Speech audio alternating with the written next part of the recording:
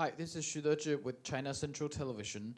A follow-up, you just said that Dr. Tedros was there engaging with Ansarullah to talk about the staff that being kept by Houthis. Do you have any more updates on that? And secondly, you also mentioned the dire humanitarian situation, given the fact that the harbor of Hodeida is key to the humanitarian foods, as well as the airport, which is for international staffers.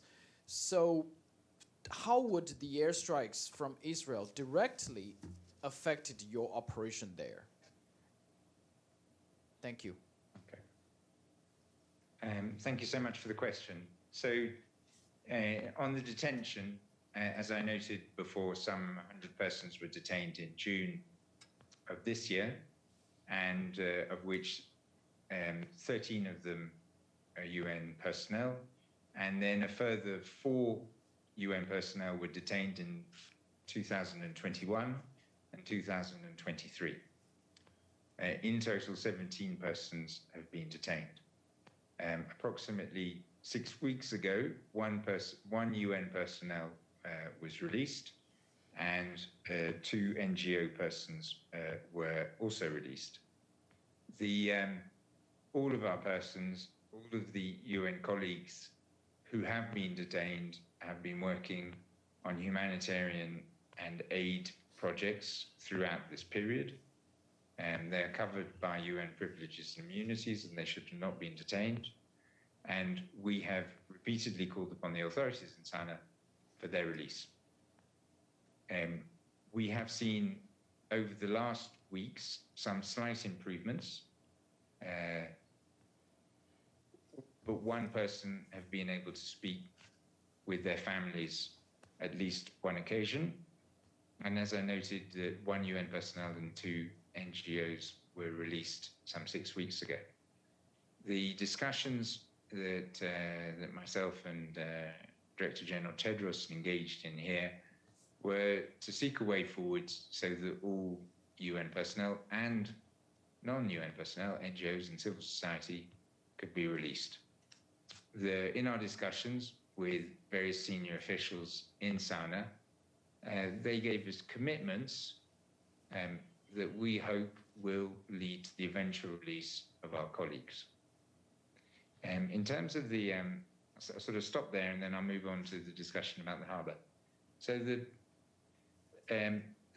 as we noted, the 80% of UN's food comes through Hodeida harbour. The 80% of Yemen's food requirements for the north comes through Hodeida harbour, and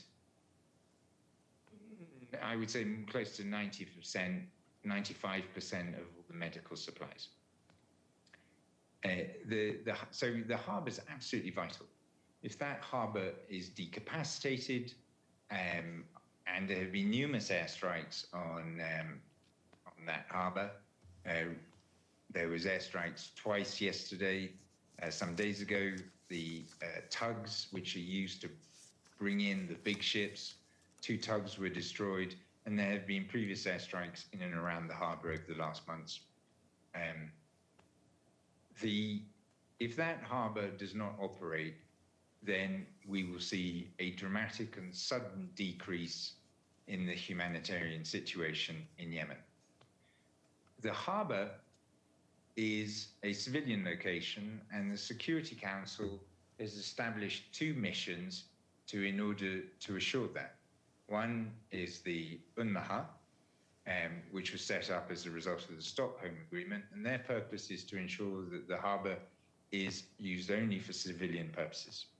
The other UN mission is UNVIM, so the United Nations Verification and Inspection Mechanism, which is not based in Yemen, but is actually based in Djibouti. They are responsible for ensuring that all containers and products that are taken into Hodeida harbour are consistent with Security Council resolutions. So there's 2 UN missions whose only job is to ensure that Hodeida remains only of use for civilian reasons. So it's a civilian facility, there is no doubt about that, and the UN works to ensure that. and any damage to it will lead to massive suffering for Yemenis. Thank you. But you didn't really answer my question, how this round of airstrikes affected your operation there. Has it been delayed or paused or suspended? So the airstrikes of some days ago, which destroyed the two tugs, was estimated to reduce the harbour capacity by 50%. Now, we don't know how long that reduction in capacity will be, and we have yet to have done a thorough analysis of what the impact of yesterday's airstrikes were, because those airstrikes took place at 1850. So we're still collecting information and trying to understand that.